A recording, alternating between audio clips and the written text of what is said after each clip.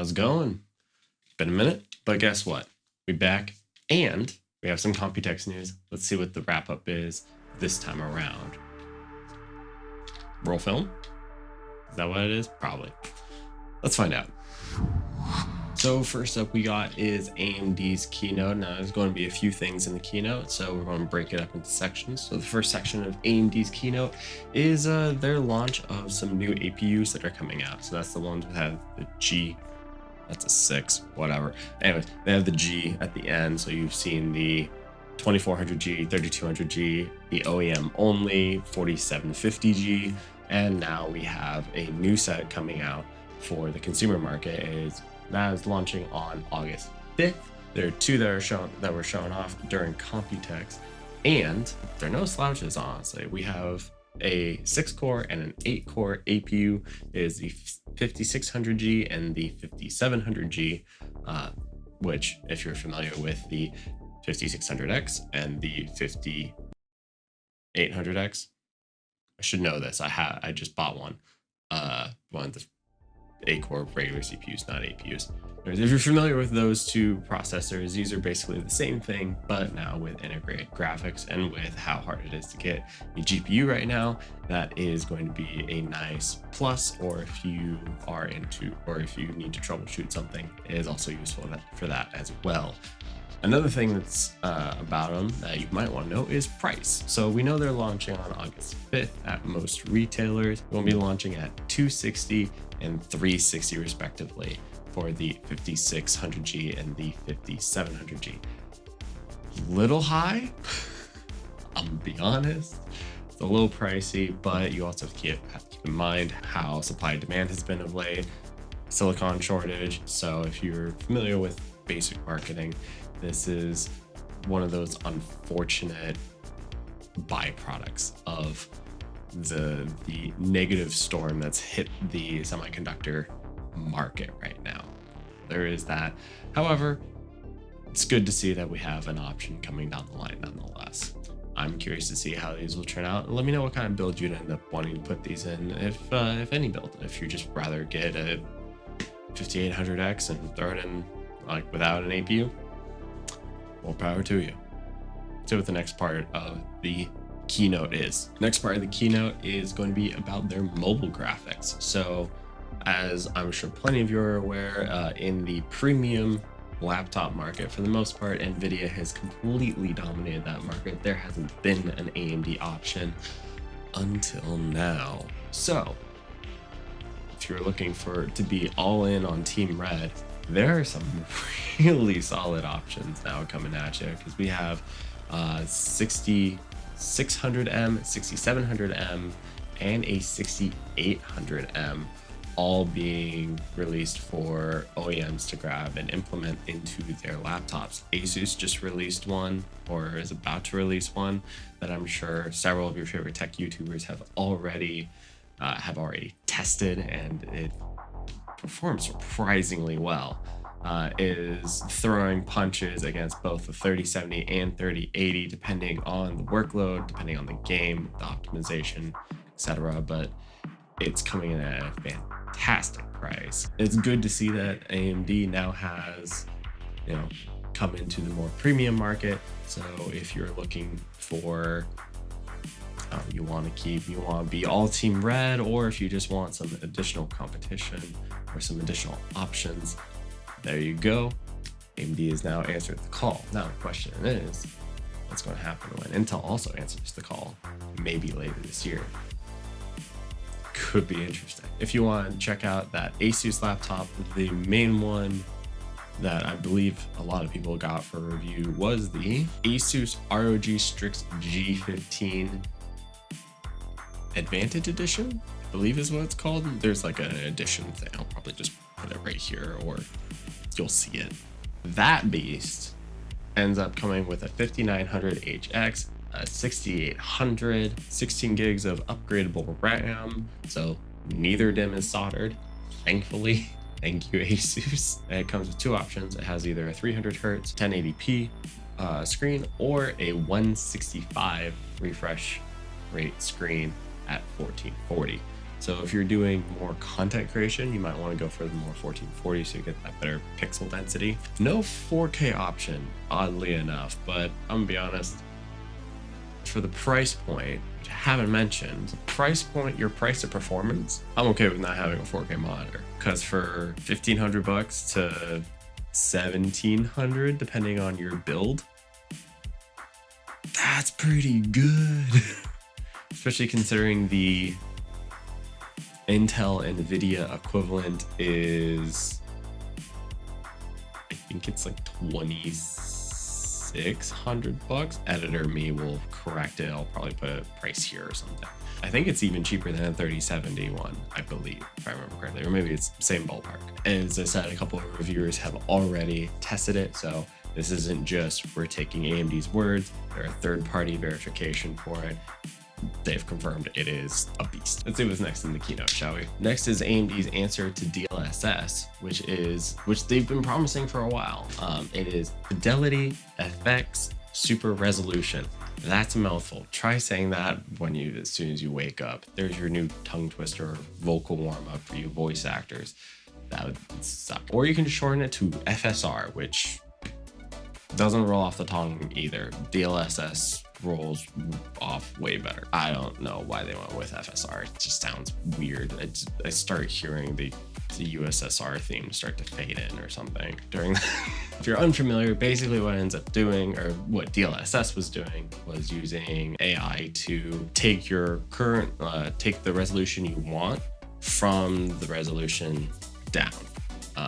That doesn't really make sense, so let me explain. So if you want to play at better frame rate, if you want to play at 1440p but better frame rate, you could either do it in hardware, so that would end up being running it natively, or you basically have it AI upscaled, that's DLSS, 1080 up to 1440. So it's the same kind of thing, or 1440 to 4K, both are a thing. So this is AMD's answer to it. However, DLSS only works on RTX cards. FSR, on the other hand, works on not only current AMD GPUs, last gen AMD GPUs, so both RDNA structures. We also have it on Vega and Polaris, and even non-native AMD. It will even work on Pascal. So if you have a 1060 and you want to breathe a little bit of life, into it, that doesn't involve repasting the card, which that's hard to do. I would have someone do that for you that knows what they're doing. This will give you a little bit of boost in performance potentially. And also, especially since we have such a shortage of GPUs right now, trying to get more, FPS per dollar out of your current GPU is, this will help immensely. Assuming you don't already have a 3080. In that case, just use DLSS, you're good. But I find it really nice that AMD is not only addressing their line, and with it being open source, it not only works for AMD, works for NVIDIA, and also even Project Kadori was mentioning, hey, this seems potentially interesting for Intel's dedicated GPU. Project Kadori was expressing an interest possibly in utilizing it as well.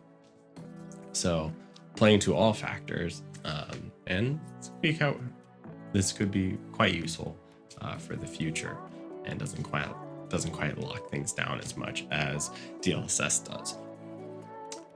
Also, we're going to transition to the next part of the keynote.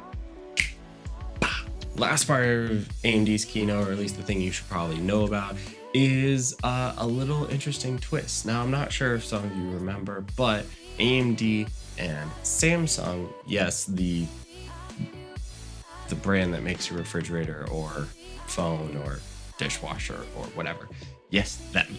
AMD and Samsung ended up doing a handshake on a partnership for Samsung's upcoming SoCs for their phones, system on chip SoC. So it means Samsung's going to be working on the CPU portion and AMD was going to work on the GPU portion. And just now they ended up saying, hey, we're going to be able to do ray tracing on phones.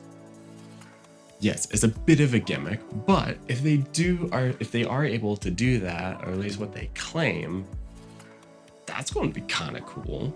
Now, I know what you're thinking. Why the heck are we putting ray tracing in freaking mobile games? I'm actually not even thinking about mobile games in this case. I'm actually thinking about people who are doing augmented reality to show off like builds or whatever.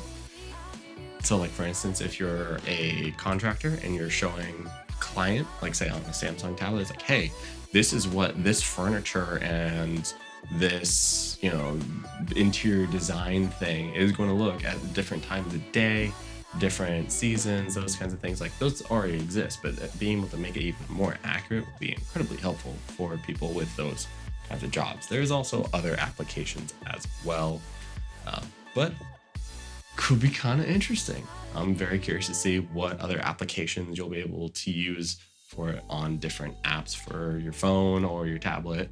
Maybe this will also push Samsung to make an even better tablet to compete with the M1 iPad.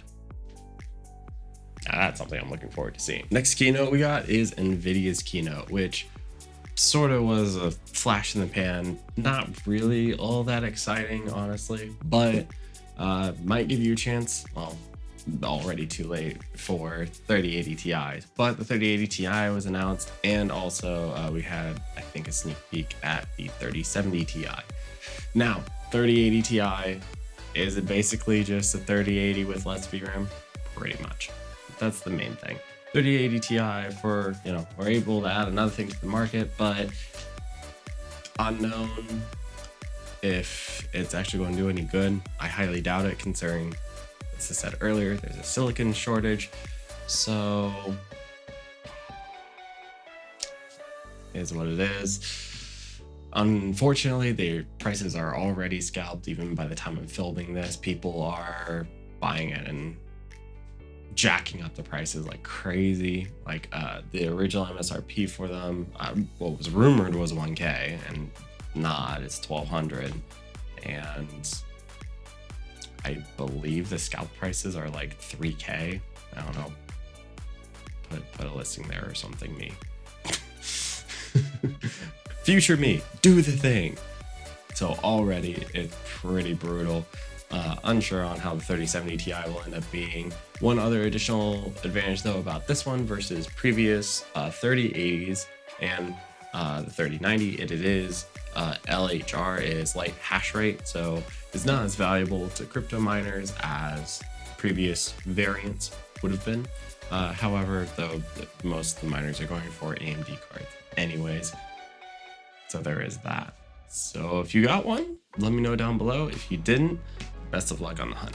One more keynote for you guys before we go into the last two topics is the Intel keynote. The Intel keynote actually did have some interesting stuff in it, but it was very cotton candy-y. It wasn't all that useful. You had to kind of dig to find the content. So they ended up announcing two new mobile CPUs, which are 11th gen Iris graphics, etc. It's sort of a rehash really quick, which they're not terrible, but they're not great. There wasn't a whole lot that was announced. There was also a 5G little M.2 5G modem M.2 attachment that you could end up probably putting in a laptop. That'd be very helpful for some people. I am not one of those people. One that they very briefly sort of like, it's here or it's coming, more precisely, was Alder Lake. So we have, in theory, there is working Alder Lake prototypes that they ended up showing off, which is going to be pretty interesting to see how those end up changing, because they've now completely changed how they end up manufacturing things. They've gone from monolithic to hybrid. It's going to be interesting to see how that ends up going. Anyways, another thing they ended up showing off, and it was very quick. So it's like, it's weird. It's like the two things that definitely would have generated the most interest, at least I feel, would have been Alder Lake, and then this other one, which would have been new to their Nook series. It would have been the Nook 11 Beast Canyon, I believe is what it's called. And that is jumping in with the new 11th gen, 10 nanometer CPUs, sort of like the Compute Extreme Nooks, the ones you slot in, for those that remember. And Before they could only house like a mini ITX GPU. Now they've expanded it for Beast Canyon. It's so many weird names. They've expanded the chassis for Beast Canyon, so you can end up now housing a full-on GPU. So if you manage to find a 3070 to throw in there, that will be quite interesting. And I'm a little curious because they're not going to be power limited as much in like you would for a laptop. I'm curious how this will end up comparing to their desktop series. Maybe another tech YouTuber figure that one out. I definitely don't have the resources for that. But if you see someone, tag me on social. I want to see it. And that's kind of it for Intel's keynote. Now there's two other things other than keynotes, so let me show you really quick what those are. All right, one of the two very quick topics that I think you should know about is actually from Kingston, interestingly enough. For those who missed it previously, maybe on stream, or if you missed it in the news, HyperX is now no longer part of Kingston. They are now part of HP. So anything that was previously of HyperX's branding has now moved to Fury branding. So we have now Kingston Fury, and there are 3 tiers now. We have Renegade, Beast, and Impact. Impact's more their compact size stuff. Beast is sort of their typical tier stuff, and Renegade is their really high performing, balls to the wall, blazing fast insanity stuff. This is for both their RAM and their SSDs. Unknown if it's going to expand to their other products as well. I don't believe so, considering Kingston's primarily a RAM manufacturer, but who knows? It could surprise us and re-expand into those markets. Let's see what the last topic is. The last one's a little bit of a curveball. Now, I'm sure plenty of you have heard of Seasonic, and you're like, why is this noteworthy? Now, let me tell you why in just a moment. Stars, make sure to like, comment. No, I'm kidding. If you want to, I'd appreciate it. Otherwise, you already know the meme. But moving on, let's get these last little bit figured out. So they ended up announcing 3 PSUs. We have the PX and the TX series added on. So we have a TX 1600 and 1300, and then we have a PX 1600. So the TX is titanium rated and the PX is platinum rated. So we have 3 really, really good, really powerful power supplies. Now, here's the curveball. Seasonic is known for making power supplies and power supply accessories, not cases. Surprise, they're in the case market now. They're now releasing 2 cases. We have the Synchro Q70 and the Arc Q50. So with those 2 cases from Seasonic, I'm very curious to see what their first rounds are. One of them's already out and has already gotten 2 awards, which I somehow missed. I don't know how I missed it, but I did. So now you know what I just found out. So we have a little bit of a newcomer for case market, and it'll be interesting to see what they come up with. It's quite competitive, so good luck, Seasonic. You're gonna need it. And that's it for the Computex wrap up. I hope you enjoyed it. If you did, let me know down below. What was your favorite part? What did I miss? What were you interested in? And you can always join me on stream or follow me on any of the socials. Come hang out. I look forward to see you guys next time.